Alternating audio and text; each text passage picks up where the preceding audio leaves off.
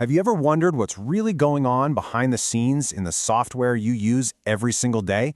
Well, it's not magic, it's something called discrete mathematics. And hey, don't let that name scare you off. Honestly, you should think of it as the ultimate toolkit for just thinking clearly. It's the language of computer science, and today we're going to open up that toolkit and look at its most fundamental pieces. Okay, so here's our game plan. We're going to start with the simplest idea you can imagine, just grouping stuff together into what we call sets. Then, we'll build on that, looking at how functions create connections between those sets, how sequences put everything in a nice, neat order, and finally, this is the really cool part, we'll use all these tools to ask a truly mind-bending question. Are all infinities the same size? All right, first things first. We have to start with the absolute foundation, the bedrock of all of this stuff, the set. It's such a simple idea, but it's incredibly powerful. It's how we start to bring order to a chaotic world. So what exactly is a set? It's just a collection of objects, but there are two really important rules here. The words you got to remember are unordered and distinct. Unordered means the sequence doesn't matter. Distinct means you can't have any duplicates. Think of it like a bag of marbles. It doesn't matter what order you drop them in, and each marble is unique. So how do we write these things down? Well, there are basically two main ways. The first is super straightforward. It's called the roster method. You just list out all the members or elements, like the set of vowels is just A, E, I, O, U. Simple. The other way is set builder notation. This is more like writing a rule. For example, O is the set of all numbers x, such that x is an odd positive integer less than 10. Same goal, just a different way to get there.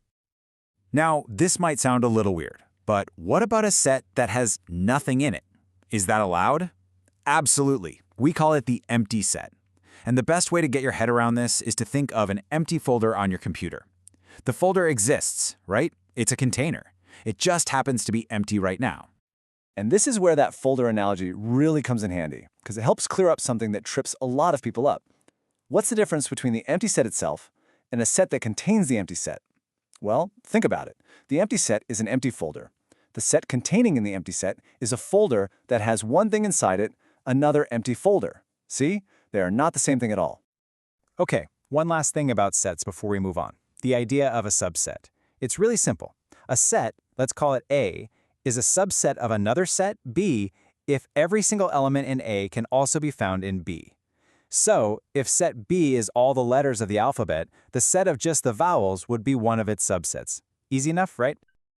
So we've got our sets, which are kind of like these separate islands of objects. But that's not very useful on its own.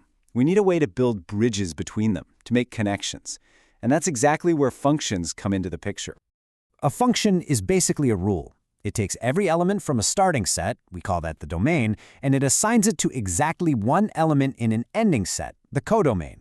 Think of it like a super reliable machine. You put an input in from the first set, and it's guaranteed to give you one and only one output from the second set, every time. Now, not all functions are the same. Some have special properties. For instance, a function is one-to-one if every input goes to its own unique output. No two inputs ever share the same result. Then you have functions that are onto. This just means that every possible output in that destination set actually gets used. There are no lonely leftover values. And this is where it gets really, really useful. When a function is both one-to-one and onto, it gets a special name, a bijection. This means it creates a perfect, flawless pairing between two sets. And to check if you've got one, you just run a simple two-step test. Is it one-to-one? Is it onto? If you get a yes for both, bingo! You found a perfect match. Up to now, our sets have just been unordered jumbles of things. But in the real world, order often matters, right? A lot. And that brings us to our next building block, sequences. This is how we take the stuff in our sets and put it in a specific, meaningful order. You know, a sequence is really just a function in disguise. It's a special kind that maps the counting numbers, 1, 2, 3, and so on, to the elements of some set. In plain English, it's an ordered list. Each item gets a position. The first item is A sub 1, the second is A sub 2. That little number is basically the address for each term in the list. You've probably run into the two most common types of sequences before. First, you've got your arithmetic progressions. These grow by adding the same number over and over again. Think 1, 3, 5, 7. You're just adding 2 each time. Then you have geometric progressions. These grow by multiplying by the same number, like 1, 2, 4, 8, where you keep doubling it. One is steady growth, the other is explosive. But of course, it's not always that simple. One of the most famous sequences of all time is the Fibonacci sequence, and it's defined above what's called a recurrence relation. All that means is that to get the next term, you just add up the two that came right before it. You start with 0 and 1, then you get 1, 2, 3, 5, 8. It's a beautiful pattern that, weirdly enough, shows up all over the place in nature. All right, deep breath. We've put together our toolkit. We've got sets, we've got functions, we've got sequences. Now, let's do something really wild with them. Let's use these simple tools to ask one of the deepest questions in all of mathematics. Are all infinite sets the same size? Let's make that question a little more specific. Think about the set of integers. All the whole numbers, positive, negative, and 0. Now think about the set of real numbers.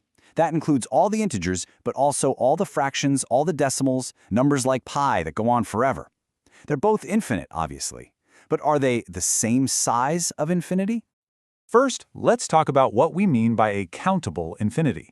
An infinite set is countable if you can basically line its members up, one by one, and count them off forever.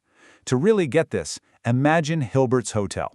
It's a hotel with an infinite number of rooms, and every single room is full. A new guest shows up. Is there room? Well, in a normal hotel, no way. But here, the manager just gets on the intercom and says, "Everyone please move from your current room N to room N+1. Everyone shuffles down one room, and just like magic, room number 1 is now free. That's the bizarre, amazing nature of a countable infinity. So, are the real numbers countable? Can we fit them all into Hilbert's Hotel? A brilliant mathematician named George Cantor came up with this absolutely genius proof that shows, nope, you can't. It's a proof by contradiction. It starts with a simple and, as we're about to see, totally impossible idea. Let's just assume for a second that we can make a complete list of every single real number between 0 and 1. So check out how this works. If we have our supposed complete list, Cantor showed that we can build a new number that is guaranteed not to be on it. How? It's incredible. You go down the diagonal of the list. We'll make our new number's first digit different from the first digit of the first number. We'll make its second digit different from the second digit of the second number. Its third digit different from the third number's third digit. And you just keep doing that forever. The new number we build is different from every other number on the list in at least one spot. So think about what that means. The number we just created cannot be on our list. But wait, we started by assuming our list was complete. It had every number. That's the contradiction. Our initial assumption must have been wrong. You simply cannot make a list of all the real numbers. They are uncountable. And this leads to an absolutely earth-shattering conclusion. There are different sizes of infinity. The infinity of real numbers is fundamentally unimaginably bigger than the infinity of integers. And that just leaves us with one last, epic question to chew on. We've established that there are at least 2 different sizes of infinity, but could there be others? Could there be an infinity that's bigger than the integers, but still smaller than the real numbers, lurking somewhere in between?